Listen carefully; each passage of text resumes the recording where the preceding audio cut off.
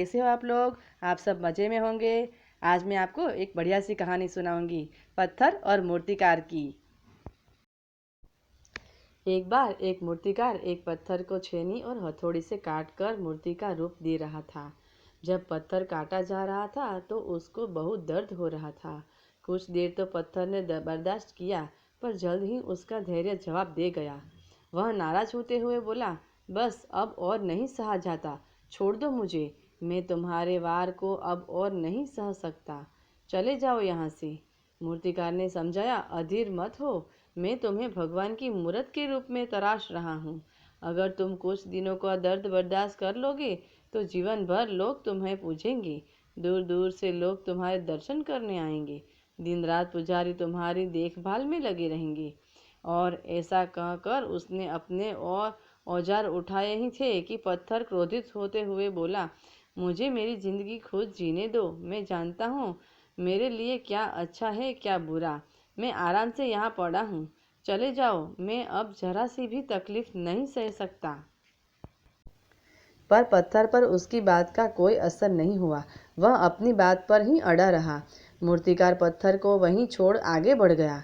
सामने ही उसे एक दूसरा अच्छा पत्थर दिख गया। उसने उसे उठाया और उसकी मूर्ति बना दी। दूसरे पत्थर ने दर्द बर्दाश्त कर लिया और वो भगवान की मूर्ति बन गया। लोग रोज उसे फूल माला चढ़ाने लगे। दूर दूर से लोग उसके दर्शन करने आने लगे। फिर एक दिन एक और पत्थर उस मंदिर में लाया गया और उसे एक कोने में रख दिया गया। उसे नारियल फोड़ने के लिए इस्तेमाल किया जाने लगा। वह कोई और नहीं बल्कि वही पत्थर था जिसने मूर्तिकार को उसे छूने से मना कर दिया था। अब वह मन ही मन पछता रहा था कि काश उसने उसी वक्त दर्द सह लिया होता तो आज समाज में उसकी भी पूछ होती, सम्मान होता।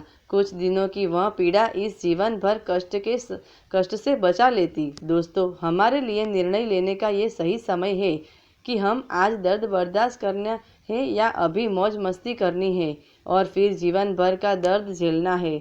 आज आप जिस किसी एग्ज़ाम की तैयारी कर रहे हो, जो भी करने की कोशिश कर रहे हो, जिस किसी खेल करने का प्रयास कर रहे हो, उसमें अपना 100% एफर्ट लगाइए। होने दीजिए अपने ऊपर तकलीफ़ों का वार।